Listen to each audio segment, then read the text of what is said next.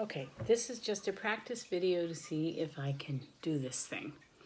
All right, so first of all, I'll introduce myself. My name is Faith, and this is my book vlog, Faith and Books. Oh, this feels ridiculous. And I am wanting to, I'm intrigued by the idea of book vlogging and booktubers. They're fun to watch, and I love to read, and yeah, I don't really have very many people I can talk to about what I'm reading, even though this isn't really talking to people because it's sort of just one-sided. It's interesting to watch other people's videos and get an idea of what they're reading and their thoughts, even if it's books I'd never read or, not of my taste. It's still interesting.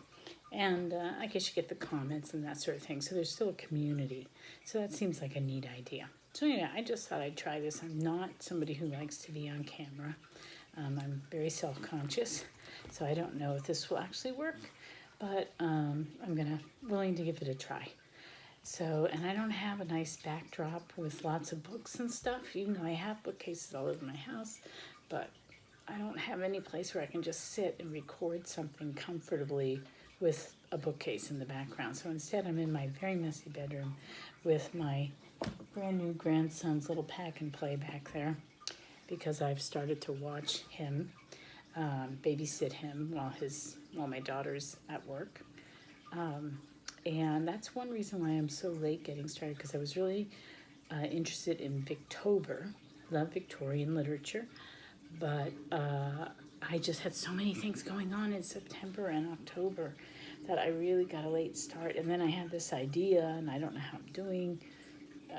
Anyway, so too many things going on. So, but what I decided on for Victober was to reread Picture of Dorian Gray. I just got it out of the library. It was on hold. Turns out everybody's reading it this month.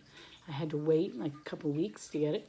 And I live in a huge county, and every single copy was out.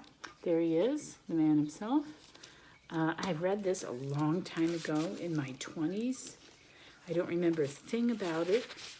The only thing I can remember is the 1940s movie that I've seen a couple times on Turner Classic Movies. But it's completely supplanted in my memory the book. So I'm going to read the book.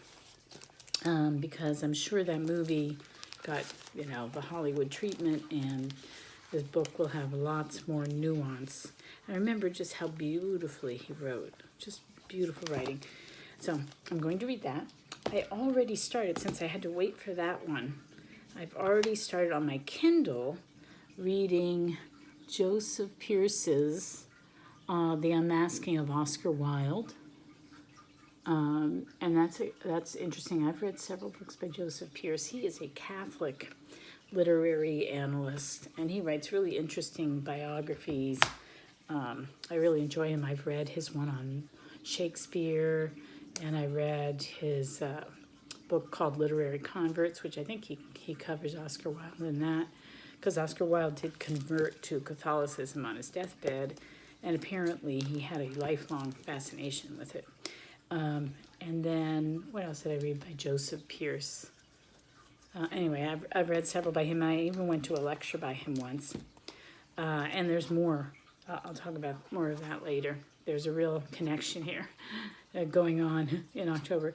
And then the last thing that I'm reading is this little used copy. It's really cute, of Robert Louis Stevenson's A Child's Garden of Verses.